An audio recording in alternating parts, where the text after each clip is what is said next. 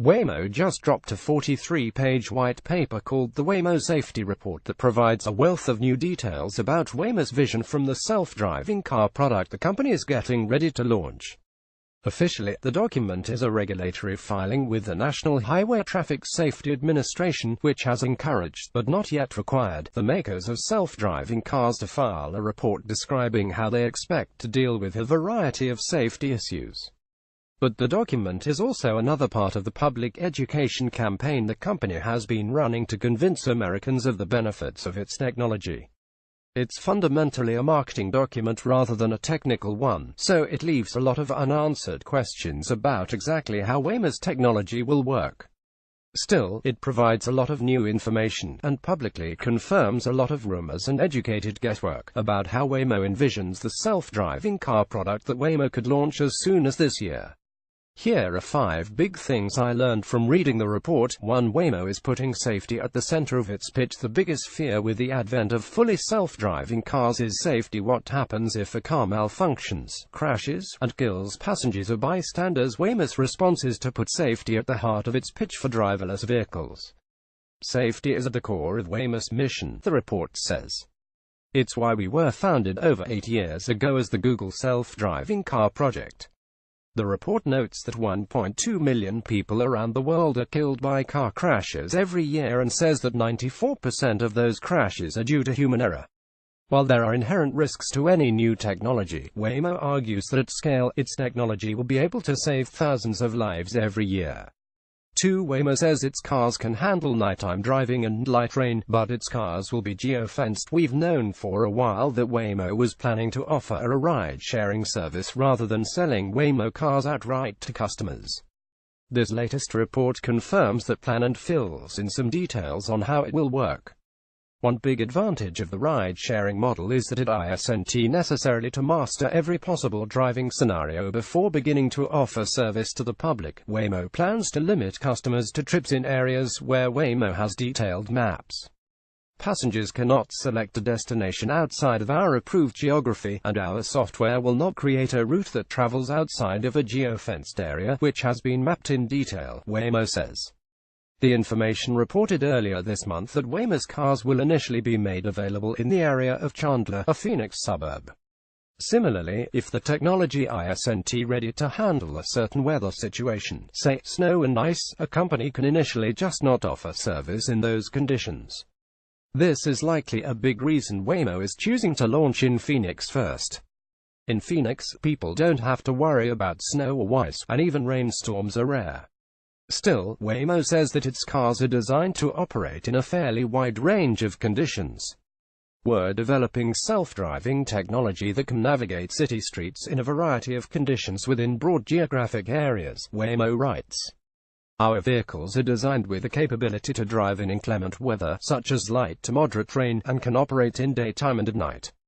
If the weather suddenly takes a turn for the worst, Waymo cars are programmed to detect this, find a safe place to stop, and pull over until the weather improves.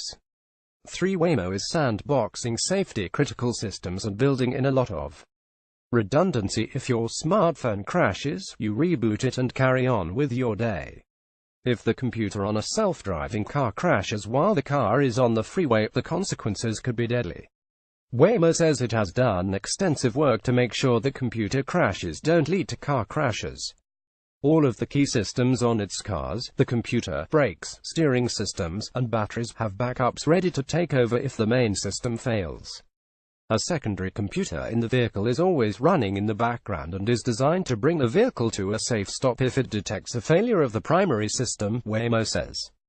Waymo also says that there are independent collision avoidance systems on board the cars that scan the road ahead for obstacles and can slam on the brakes if they see a pedestrian or other obstacle the main computer missed. According to Waymo, all of these systems have separate power sources, so the failure of power to the main computer won't knock out the backup computer or other critical systems. Waymo says it has thought hard about computer security, too. Safety-critical aspects of Waymo's vehicles, e.g. steering, braking, controllers, are isolated from outside communication, Waymo writes. For example, both the safety-critical computing that determines vehicle movements and the onboard 3D maps are shielded from, and inaccessible from, the vehicle's wireless connections and systems. The obvious question here is how these safety-critical systems manage to get necessary information from the outside world, like updates about traffic conditions or even just information about where the customer wants to go. I've asked Waymo for more details and will update if they tell me more. 4 Waymo cars will feature a pull-over button and one to-call customer service. Waymo says it will have a ride-sharing app that customers can use to hail a car just as they do with Uber or Lyft today. There will also be controls inside the vehicle. A display screen will show important trip information such as destination and time to arrival. It also visualized static road elements like traffic lights, stop signs, and dynamic agents in the environment such as vehicles, cyclists, and pedestrians. The goal here is not only to inform customers of the ride's progress but also to persuade customers about the safety of the technology. Nervous passengers will be able to verify that the car sees the same pedestrians, stop signs, and other key objects that the passenger sees out the window. Since the car will drive itself, there's minimal need for controls inside the car. But there will be a couple of key buttons. One will be a pull-over button the passenger can push any time they want to get out of the car. When pushed, this button will identify the nearest location to safely pull over so that the rider can exit the vehicle. Another button will patch passengers through to Waymo's operations center where they can talk to a human Waymo rep. Staffers at the operations center can answer customer questions and intervene if a car encounters problems. Customers will also be able to talk to a Waymo rep via the mobile app. 5 Waymo seems to be gearing up for commercial release. The larger lesson from this report is that Waymo has thought through a lot of details about how to turn a promising technology into a full commercial product. Waymo says it has subjected its vehicles to a wide variety of extreme situations to test the durability. We blast our components with ultraviolet radiation, bombard them with powerful water jets, dunk them in nearly freezing vats of water, corrode them in chambers full of salty mist, shake and shock them with powerful vibrations, and heat and freeze them for weeks at a time in temperature and humidity chambers, Waymo writes.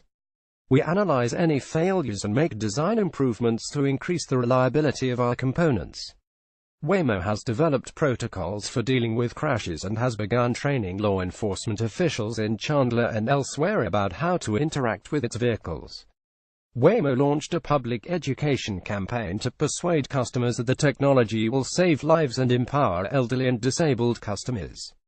These are the kinds of steps a company takes when a product is months, not years, away from commercial release. The Information has reported that Larry Page, the boss of Waymo CEO John Krafcik, has been pushing Waymo to launch a commercial product this fall.